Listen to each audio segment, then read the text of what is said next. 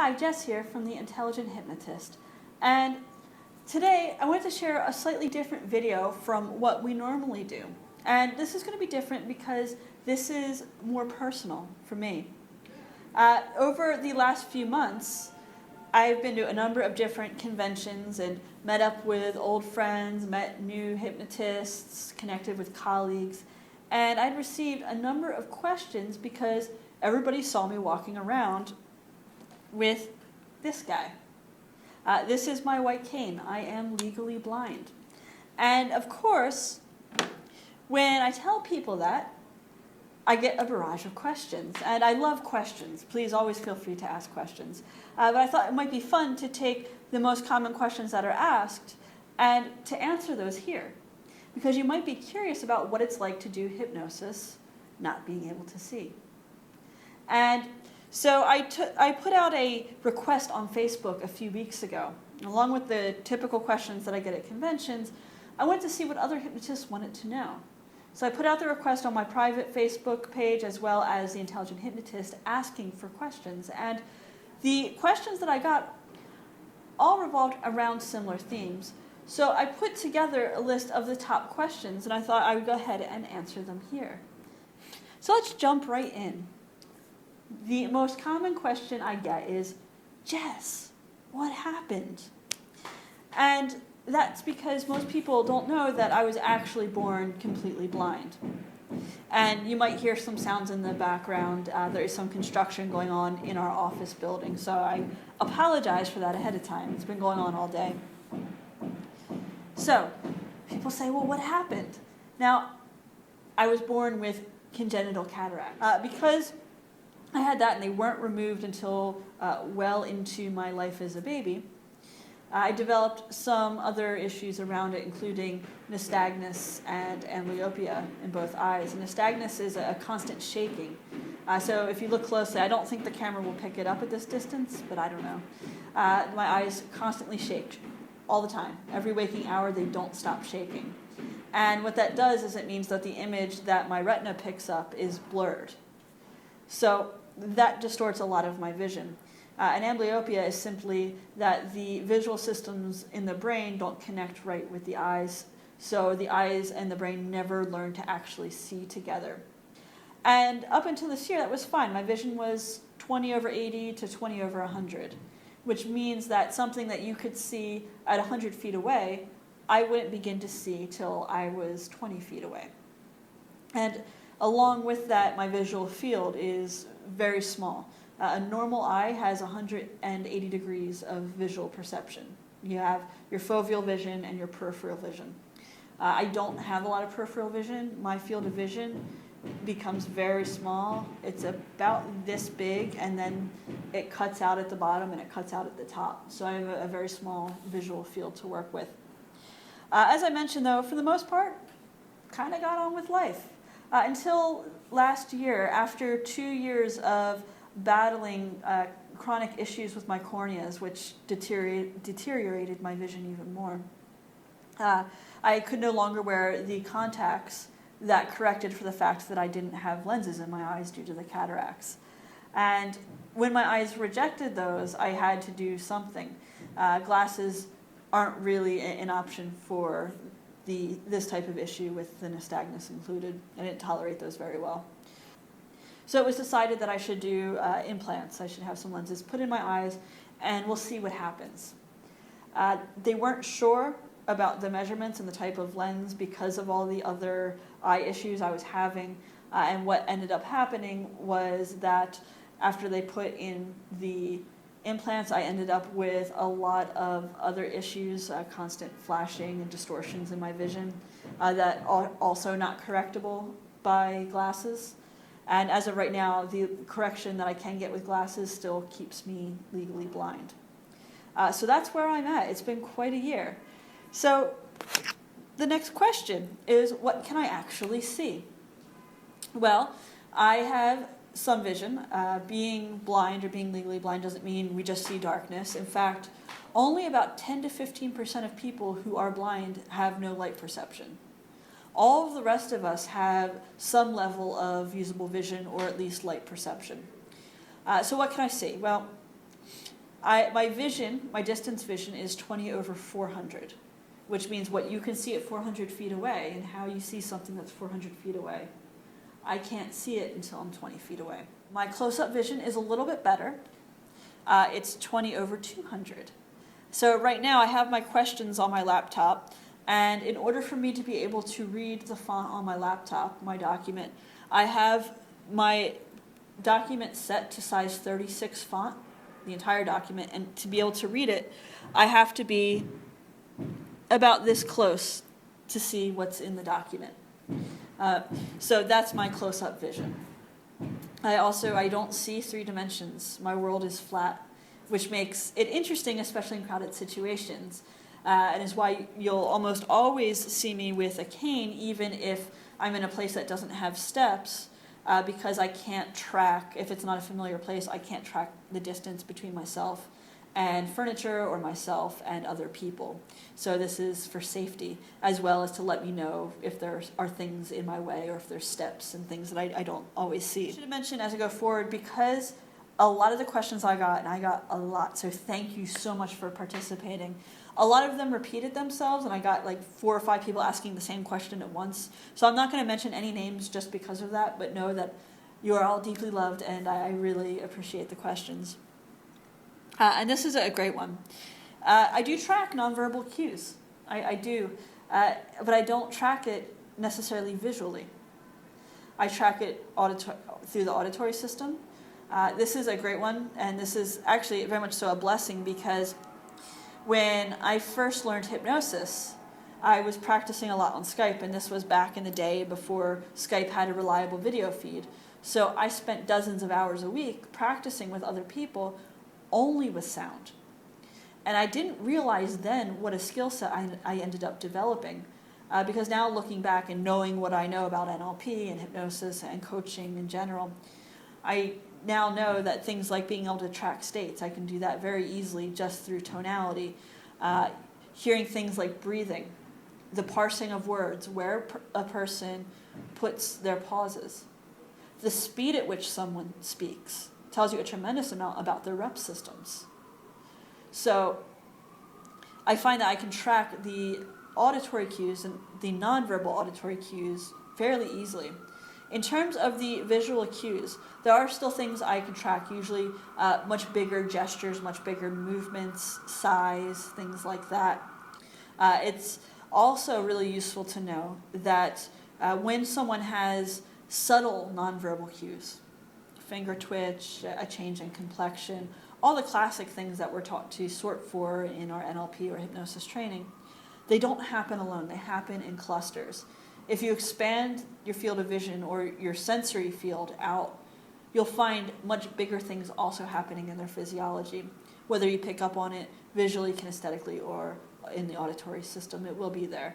So now I've had to adjust from tracking smaller signals to having to look and sort for and listen for the much bigger signals. So I'm not sure how to answer this one, only because I'm not clear if the person asking means notes taken after the session or notes taken during the session. When I first read this, I just assumed that the person meant after whatever session notes you happen to write down. But now rereading it, it may be that you're referring to notes during the session. I don't take notes during the session. I've never taken notes during a session, so that wasn't so much of an adjustment for me. Just because even before, with my limited vision, taking notes is a bit difficult during session. After the session, on occasion I do take notes. I've actually started using an app where I do a voice recording on the phone of the things that I think were important to highlight. And the main reason I do this is that when I had better vision, I almost never took notes after a session either, because I found that as long as I had the clear image of the person, which I always had, that it connected with the memory of the session and where they're at in the process. I have a very active memory. Interestingly, though, I found since my vision has changed and since it's more difficult to see, that the memory for the finer details of the session has become a bit more difficult because I don't have the visual information to tag it onto. So what I'll do instead is I'll take notes after, usually using a voice recorder. So I'll do audio notes. And when I do this, I haven't ever gone back and listened to the notes, oddly enough. Just doing the recording of it is enough for me to remember the work that we did. So that's the main way. I don't do a whole lot of handwritten notes. In order for me to do something handwritten, it tends to be really long and really slow. Typically, it means holding the pad and paper about this close to my face. So I prefer not to do that. If I do written notes, I'll do it usually either on my computer, and like I said, my font size is set at a minimum of 36. Sometimes I enlarge it even more to make it easier on my eyes. I have a lot of eye strain issues. The other thing that I do is I use voice to talk or voice to text. Dragon is my main app for that, although there's a nice app on my MacBook that does talk to text as well. I also have a reader, but I don't use that too frequently. Reader both on the phone and on the Mac. So that's how I sometimes do session notes, and a lot of times just don't. So I hope that answers your question.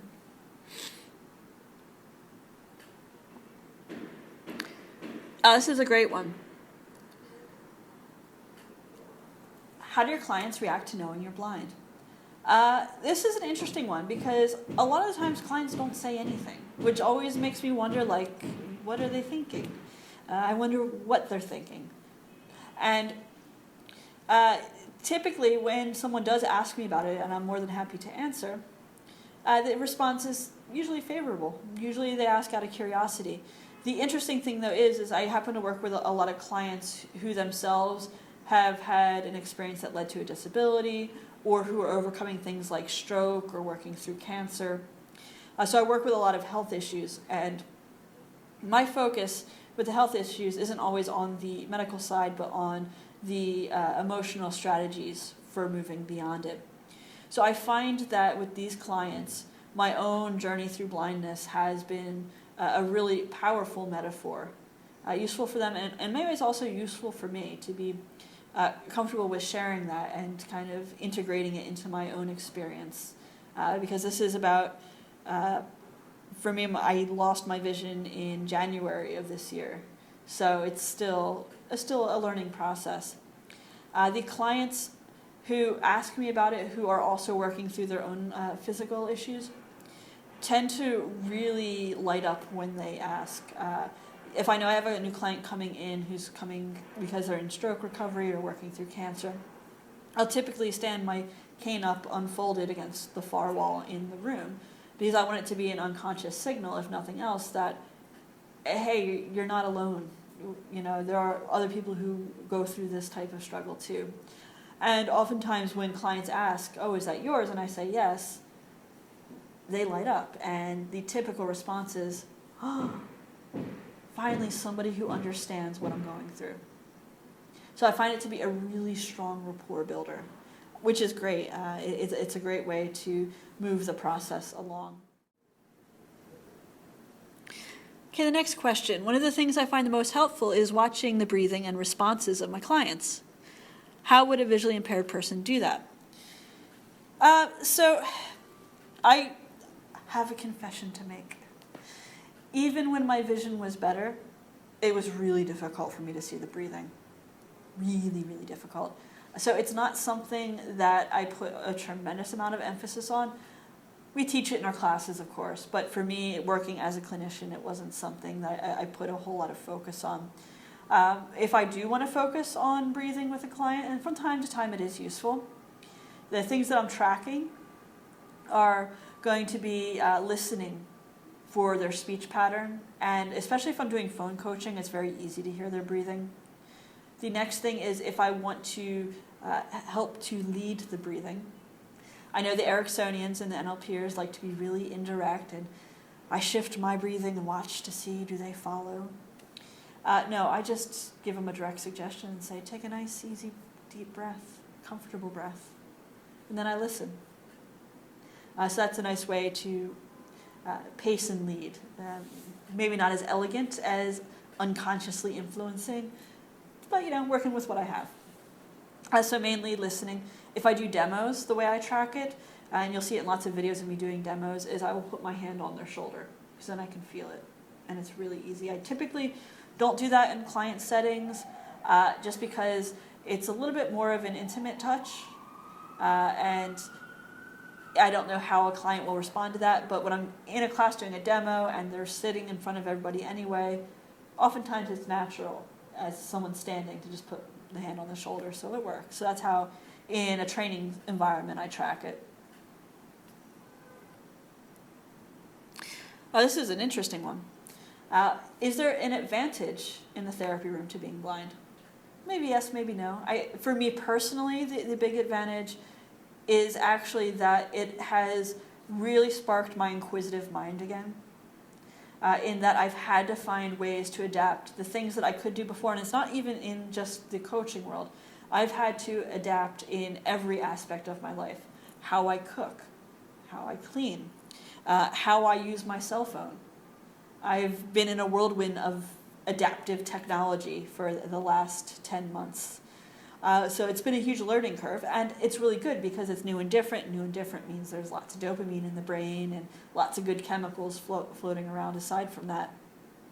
So it's good, and it gives me an advantage in that it's made me more inquisitive, and it's made me really fascinated in how do we take something like hypnosis, a modality that is so heavily reliant on the hypnotist visual system for calibration, and how can I adapt that? So it's opened up that wanton experimentation that Richard Bandler talks about. So for me, that's a personal advantage to make me curious again.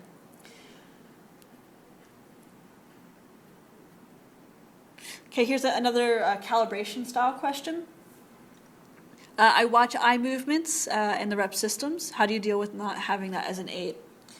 This was really the biggest concern for me, was to not be able to track eye movements anymore.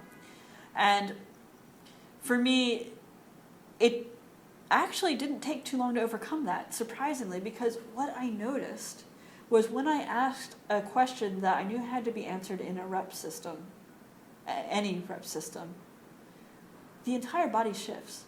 A client doesn't just go up here. They typically, if they're going up to visual, for example, there's going to be a movement back as they engage with the picture.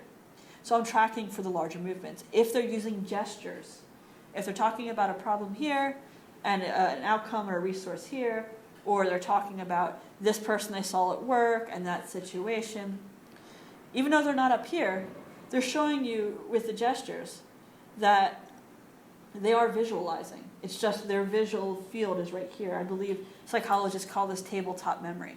They've actually showed you that they have a landscape imagined in their mind. So then I know they're in visual again. You also get a sense by the rate and speed at which people talk. And this one I can't take credit for. This one comes from John Overdorf. I actually learned this when I had better vision. And that is that people who are primarily visual, or when they're accessing visual, their speech rates are going to significantly increase. Those of us who live up here in visual, I'm one of them, you may have noticed we tend to talk really quickly. It's almost like we see all these great internal images and we just have to get it out. Whereas someone who's AD tends to speak at a much more smooth and comfortable pace of a conversation. A person who is kinesthetic is going to speak at a much lower pace. This is why if you do anything like embodied cognition, anything that gets someone into their body, aka trance, their speech patterns slow significantly, because the processing time between the kinesthetic information and transferring that into words, it's really slow. So if you listen to the rate that someone's speaking in naturally, you'll get a sense of what they're doing internally.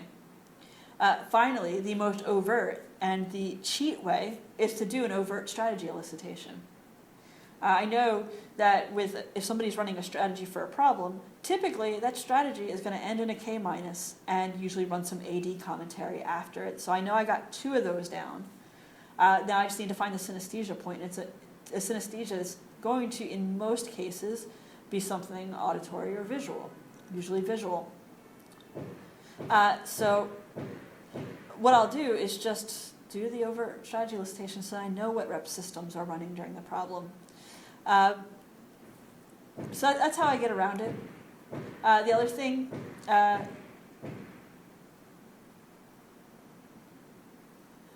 thing, in terms of movements, I mentioned visual people tend to move back a bit. People who are spending a lot of time in AD will actually move more toward their side as if they're listening. And people who spend a lot of time in kinesthetic are going to be more down here. Not necessarily to their right, but at least down more in this space, unless, once again, they're talking about pictures in that space. This isn't like the golden rule. Don't take this as gospel truth. These are just the things that I've picked up on and observed. And so far, they've seemed to be true.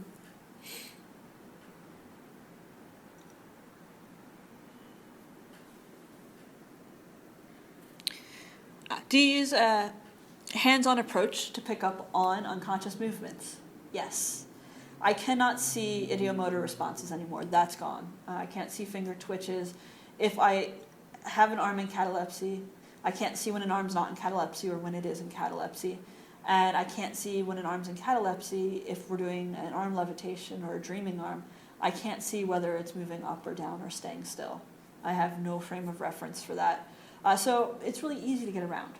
If I'm going to induce catalepsy, I will pick up the arm, and I'll usually use ambiguous touch. That's the easiest way. And the cool thing is about the ambiguous touch is if you really want to experiment and play, start using it to induce catalepsy in friends and feel for the moment that the hand goes from being just like a normal consciously controlled hand to being cataleptic.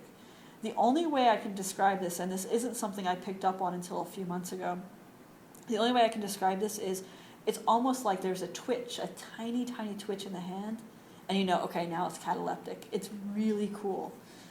So I'll do that if I'm doing an arm levitation. I like to be in what John refers to as the space in between. So if the hand's moving up or down, I'll put my hand on the side and just feel which way the hand is moving. So this keeps me outside of influencing the direction of the hand, but I can track where they are in the process. So that's how I do that. I used to do it like this, around the wrist, very lightly, but I found that that does influence a bit more the direction and the speed of the movement. So this tends to be a bit more neutral. If I'm working with finger twitches, and it's really rare that I'll work with finger twitching as a yes and no signal, for example, like in a 6-step reframe, I'll only do that if I know the person genuinely has twitchy hands when they're in trance. In that case, I'll just put the hand on top of mine and track it that way. So that's typically how I do it. For unconscious movement, I prefer the big ones. I prefer the up and down with the arm levitation. If we're doing an overt visual squash, I'll keep my hands underneath both of their hands so I can feel when the hands start coming together, because I won't see that either. So yeah, definitely hands-on. And I think it's a great thing because touch is a powerful modality. I know there's a lot of hypnotists out there who think we should sit behind desks and have no contact because of threats of lawsuits and stuff. And that's fine if that happens to be their particular school of thought. I tend to view it otherwise. Of course, as long as we're being smart with the way in which we're taking a hands-on approach.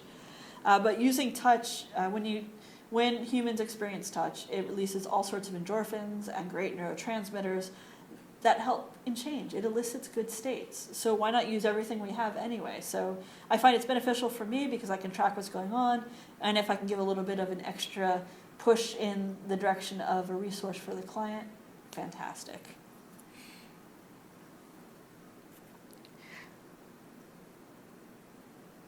Okay, what hidden talents are you conscious of that you have developed?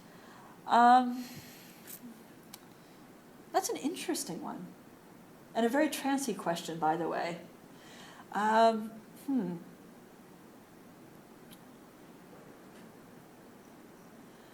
think the big one is, as I mentioned, the skill to track the auditory systems, and that was something that I developed long before my vision has gone down the tubes. So that's just come back out again and to express itself in the world. I think the biggest thing this whole experience has given me is really a much deeper understanding in how to work with clients, regardless of what the issue is, as well as a much better relationship with my own unconscious mind, to be completely honest. So if those are hidden abilities, maybe yes, maybe no. The other thing is really cool in that when I use my cane, I'm able to track things that are normally out of almost everybody's conscious awareness. Changes in texture. I can feel and hear the difference in the different types of pavement, the difference between street and sidewalk, or brick, for example. So my sensory acuity has gone up significantly. So that's a nice one. I've also learned a lot about the importance of shifting attention. When I walk with the cane, I have a split attention because I do have some visual information that can be distracting. I'm aware of that, but my vision isn't strong enough to use as a navigation tool. I can't see street signs. I can't see dips and curves and pavements or uneven sidewalks. So I absolutely need this to function and move in the world safely. And when I use this, all of my attention is split between whatever colors and things are coming in here, as well as what I feel on the tip of the cane. This is always present, this type of split awareness. If there's a lot of sunshine, if it's very bright outside, I have a lot of problems with glare due to the nystagmus and the lens implants. And when that happens, I go completely blind. I lose everything. I can't see the sun. Everything turns kind of a reddish color. And the whole world disappears, essentially. And in that moment, every piece of awareness is on the edge of the cane, is on the tip of the cane, in order to understand the world around me. And how that translates into the therapy session is, if you think about a client, they have a problem, they spend their entire time when they're thinking about the problem with their awareness only on that problem. When I could see better, all of my awareness was only in what I was seeing when I was walking down 8th Avenue or something like that. I wasn't paying attention to anything else. When I had to start using the cane, I found that because it forced my attention out of its normal habitual patterns, that things like negative states I couldn't hold on to anymore. It wasn't possible. I couldn't have attention on the tip of my cane while running really bad self-talk or feeling bad or anything like that. So this changing the habits of attention, I think that term also comes from John, so I'm giving a major shout out to John with this one. Changing the habits of attention is really important for client work. So that's one of the insights. So I hope that answers that question. Not quite abilities, but definitely some insights, some lessons. And I want to thank everyone so much for joining in and allowing me to share a little bit about myself and about my experience with you. And I hope you found this interesting. If you have more questions, please feel free to ask. If you see me at a conference, come up and say hi. I am very social. The only other thing is, this is the caveat, I have a real difficult time with faces. So if I don't know your name, I apologize. It's not that I don't care, it's that I can't see you. So don't take it personally. Just say who you are, and then I will know who you are. So thank you so much, again, for joining me, and I look forward to seeing you at another time. Bye.